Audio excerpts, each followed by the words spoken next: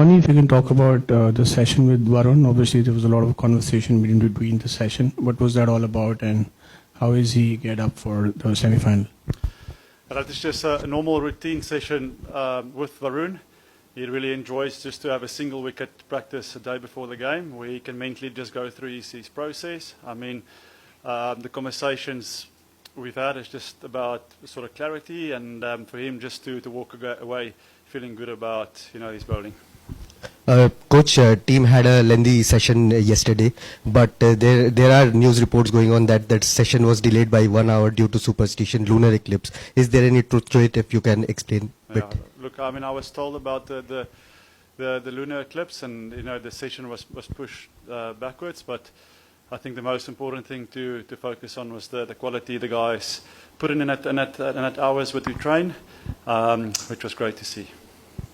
Morning, hi. Just wanted to check. India also hasn't had the perfect game coming into the semi-final, just like England. So, what have the conversations been like in the team leading up to the big semi-final, India versus England? Yeah, I mean, for us, that is something we haven't really spoken about the perfect game. I think the quality of this team has been shown that on the day somebody can put their hand up and put up a performance. And then hopefully now in the last two games, especially now tomorrow night, we can put that special performance in. All we can do is work hard at training. Unfortunately, we all know how the game goes. That success is never guaranteed. But if we can give ourselves the best chance to go out and perform, that is what we strive for. And a big occasion tomorrow night here, semi-final. A great stadium to play a great game of cricket. So hopefully the boys can rock up tomorrow and just be calm and execute those skills. The pitch for the first match against USA, we had a tricky one. So how does this look, and are you prepared for a kind of a different approach for this? Yeah, to be honest, we not quite sure a day out how the wicket is going to play. I'm pretty sure you experience walking here, it's a lot hotter all of a sudden in India. So in terms of moisture and giving the wicket, allowing the wicket not to dry out, I think it's going to be key, or for it to play well. So again, that's something that we can't control. Obviously, we try and keep our bases covered as best as possible. Team selection will go in terms of what do we see on game day, and then from there we just need to be smart in our skills, so reading the conditions and adapting to it. Yes, plan A is you go in with some sort of idea, but the key is to find that skill of how to play on the wicket on a specific night. I mean, it's something we can't control. Mone, you always highlighted about the dependency factor, not to be dependent on one or two bowlers in a tournament like this, in a World Cup like this. But in the last since the Pakistan game, Indian bowlers have conceded more than 175 runs in each innings.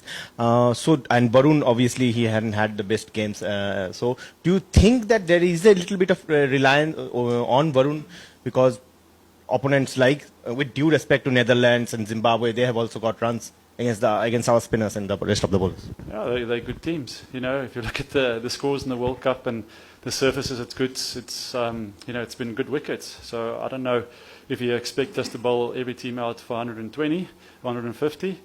We're in a semi-final and we've won games of cricket, and the guys have done well. There's times where I can remember we had Rinku and Talak bowling in certain games, Booms and those guys not bowling their full quota. So I think for us, it's not how you get to the semi-finals. It's the next couple of, 2 games, how we're going to play that. And players, they play well. We know the margins are small in India, bowling especially. I don't read too much into that. Hi, Morning. The last time the two teams played here, India won by 150 runs. I know a bilateral dead rubber is a bit different to a T20 World Cup semi-final, but can you just touch upon the differences England have made in the 13 months since you last played them in a T20 series to now?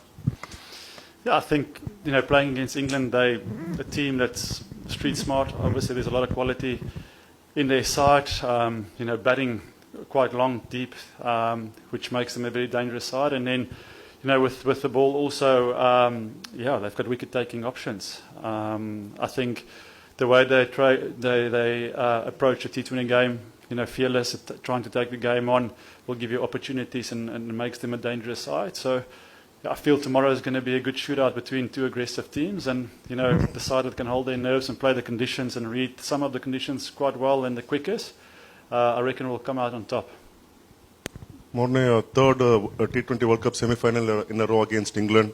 So what learnings can you take from the previous games? One you have won and the other one lost in 2022. And also the areas that you need to work upon apart from the catching ones. Yeah, obviously fielding is something that we speak about a lot. That I think at times we're guilty, if we're honest, of giving away maybe 15, 20 runs in the field. So that's one aspect that we keep on working hard and asking the guys to really step up on. And then, in terms of learnings, there's always learnings and growth that we take. But especially looking at this game here, we don't want to overanalyze too much of the past and games played. I think for us it's just again focusing on what we've got in front of us, and we have to be at our best tomorrow to beat England. Hi, Moni. What's your reading about this pitch, which looks pretty green at the moment? And do you expect it to remain the same? Yeah, like I said, I'll probably have a better indication in terms what the surface is going to play like tomorrow. At the moment, because of the heat, they have given it a little bit of water, so it's quite soft. So it's quite hard to get a proper 100% accurate read on it. But are we expecting it to be a good wicket, high scoring game? We're preparing ourselves for tough conditions, and then from there we will assess. But so I think if you go in with a mindset that it's going to be a high scoring game and we need to be up at the standard, that's a good place to be at. Mone, of course, you have played a lot of cricket here at this venue and seen the other teams play and India play here. What are the real challenges which come along when you play at a venue like Wankhede, dew, the sea breeze, the pitch offering assistance to batters, a high scoring venue? So what are the challenges like, and how do you kind of prepare your matchups and tactical calls venue specific wise? So what are those conversations like when you prepare for a game at a venue like Wankhede? Yeah. Look, I think dew is always a big concern. But that's again something you can't control the toss. I think at Wankhede there's always that extra bit of bounce. Guys can trust the bounce and hit through the line. But in saying that can also, as a bowler, bring you into the game. I just felt or feel that the margins here is a lot smaller. The ball travels. It's quite a small ground.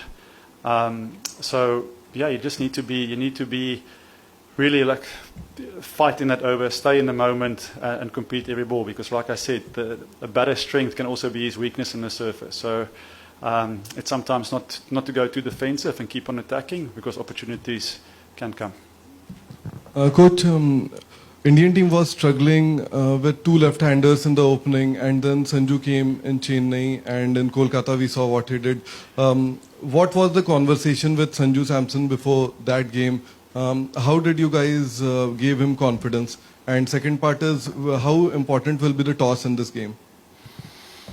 Yeah, I mean, toss will be, obviously, if there's dew, that will be important. Coming back to Sanju, quality player. I don't think there was a lot of, I don't think, but there was not a lot of conversation. He's a guy that always works hard at the nets. I think just that sort of opportunity he got given, he showed his class and his experience. He got the opportunity, and as a guy that's played a lot of games, he stepped up in a crucial game. From a coaching or from the mentor sort of side, it was just about giving him the backing. Although he sort of lost his place in the team, for him it is always at nets to make sure he gets the quality work in, because you never know in a tournament that a situation like we found ourselves can always be there. So credit to him, for not losing that hope, keep on working hard, keep on grooving on his strengths, and then taking the opportunity. I think in professional sport it's all about staying ready, so you don't have to get yourself ready, if I can say that. And credit to him for keeping him calm and fighting through that tough little period and putting in a solid performance for India. Coach, what is your assessment in terms of confidence with Abhishek Sharma? He's trying to kind of alter his approach in the middle. Earlier, he would go very aggressive at the start. Now he's trying to kind of hold back a little and then look to attack. And at the same time, he's kind of dropped catches as well. So is it really a case of some sort of loss in confidence? No, I think just sometimes this game can be hard on you, cruel on you. Similar situation that Sanju found himself in. That in your career you're gonna find moments like this, and this is good growth for him. It's good learning for him. For a young sort of guy finding his feet, not in international cricket, this will only help him down the line and for Indian cricket. But coming back to his form, Abhishek, his way of playing is, it's one or two shots that can find him that rhythm, that can give him that confidence back. And that for me is a pleasing sign. He's not a guy that worries too much about technique. Normally those sort of players take a lot more time to get into confidence. So, like I said, it's a fresh page for him tomorrow, opportunity to go and do well. Scored 100 here against England not so long ago. So for him, it's just tapping into those little videos and looking at his feel-good moments and building a blueprint and knowing he's starting on zero tomorrow. It's a new opportunity for him, and for him to make a play. Coach, you had an extensive session with, last year you worked a lot with Shivam Dubey, and yesterday also you worked with, Hardik quite a lot. But both of them sort of seem to have lost their bowling form. Is their bowling form a bit of a concern? Shivam Dubey went for, I think, 0 for 46 against Zimbabwe in 2 overs. Yeah. So, look, I don't think it's a loss of bowling form. I think Shivam is also a guy that knows the game pretty well. At time, our execution wasn't as great. Maybe thinking behind bowling the ball, but in terms of form and bowling, Shivam is a guy that's always going to give us potentially an over or two. And then for him, the most important thing is to make smart decisions, with the ball. So I think that's one area we would like to improve with him sometimes, is just his ball execution, because let's be honest, teams are going to go after him. He's going to be the guy that's going to be put under pressure, which gives us opportunities, to take wickets. So if we can get that thinking process with ball in hand a little bit better, a little bit smarter, that'll be a good one. Mone, you've obviously worked closely with Varun now. What sort of bowling mindset that he come with? When there are games when he goes for some expensive overs, which can happen in this format, what does he go back to? Does he try to add layers to his bowling? Does he rely on sort of planning in terms of matchups for the next game? How does it work? It's a tricky question to answer here now. Obviously I can't reveal his process, but I keep on telling him that in our bowling lineup, with the skill and variation Varun's got, he's got the ability to take a wicket, almost every ball. So if the boundary, or if he goes for a boundary, or the ball, he bowled, it's not executed as well as possible, for him it's just to move on to the next one and make sure he commits to that next ball. I think he's a highly skillful guy, hard to pick once you walk into the crease. So for him it's just about getting that confidence with the ball, getting his speed, his length, control right, and not try and overthink it. I think with Varun at times, to his credit, he wants to be a big performer for the team, so he'll put a little bit of pressure on himself.